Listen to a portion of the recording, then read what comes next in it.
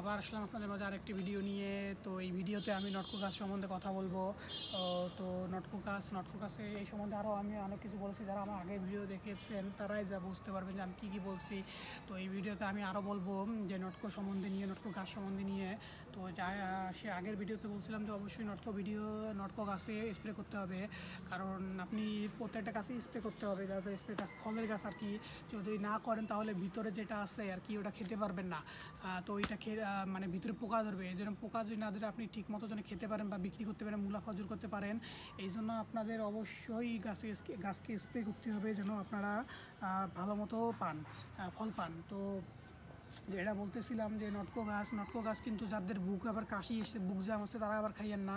তো যারা যদি কাশি থাকে, বুকজাম থাকে, যদি খাইয়েন তাদের কিন্তু অবস্থা একদম খারাপ হয়ে যাবে। তখন কিন্তু আবার আমাকে দায়ী করবেন না যে আমি খাইতে বলছি। আমি কিন্তু খাইতে বলি নাই, আমি কিন্তু সবাইকে খাইতে বলিনি। যাদের বুকজাম আছে বা ধরেন কাশি হচ্ছে তারা যদি খান তাহলে আপনার বুকজাম তারা বেশি যাবে, কাশি আর বেড়ে যাবে এবং এক পর্যায়ে গিয়ে আপনারা এমনভাবে অসুস্থ হয়ে পড়বেন যে আপনি মারাও যেতে পারেন। আল্লাহ যদি না চায় তাহলে হইতেও পারে, না হইতে পারে, সব আল্লাহর উপরে। তাই যেটা বলতেছিলাম যে আপনারা যারা বুকজাম আসে কাশি আছে তারা খাবেন না। আর আর বলছিলাম যে নটকো গাছ প্রথম অবস্থায় কিন্তু অনেক চিকন থাকে। এই জন্য নটকো গাছে কিন্তু যখন ছোটো থাকবে তখন কিন্তু আপনারা ওইখানে কাঠি মানে যেটা বলতে শক্ত একটা কাঠ দিয়ে বেঁধে দিবেন, যেন গাছটি পড়ে না যায়, যেন ভেঙে না যায় বা হেলে না যায়। এই জন্য কাঠিটা খুব ইম্পর্টেন্ট একটা জিনিস প্রত্যেকটা মানে চিকন গাছের ক্ষেত্রেই, বা অনেকগুলো গাছ বেশিরভাগ 100 ভাগের মধ্যে মানে ধরেন আপনার 60 থেকে 70 ভাগ গাছকেই নাঠি ছোটোবেলায় মানে একটা পর্যাপ্ত পরিমাণ আসলে লাঠি দিয়ে বাইরে রাখতেই হবে, নাহলে তারা আর কি তাড়াতাড়ি ভেঙে যেতে পারে এবং নষ্ট হয়ে যেতে পারে।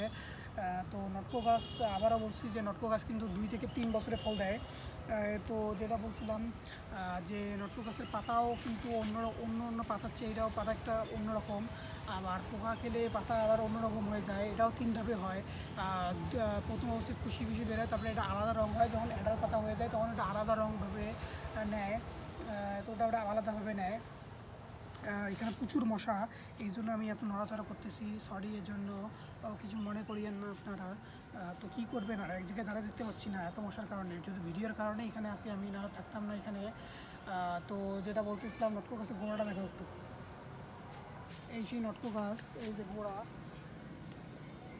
এটা হলো গোড়া। আর এই গাছের বয়স হলো 6 থেকে 8 মাস, ওই জন্য আমি লাঠিটা তুলে দিছি। এখন এই গাছকে দেখেন কত শক্ত হয়ে গেছে। এই গাছকে এখন কোনোভাবে ভেঙে যাওয়ার বা বাঁকা হওয়ার কোনো চান্স নেই। যখন গাছটি একদম চিকন ছোট অবস্থায় থাকবে, মানে যখন গোড়াটা একদম চিকন অবস্থায় থাকবে, তখন কিন্তু আপনারা আর কি লাগাইতে পারবেন আর কি ওই মানে লাঠি, এই জন্য লাগাইতে হবে যেন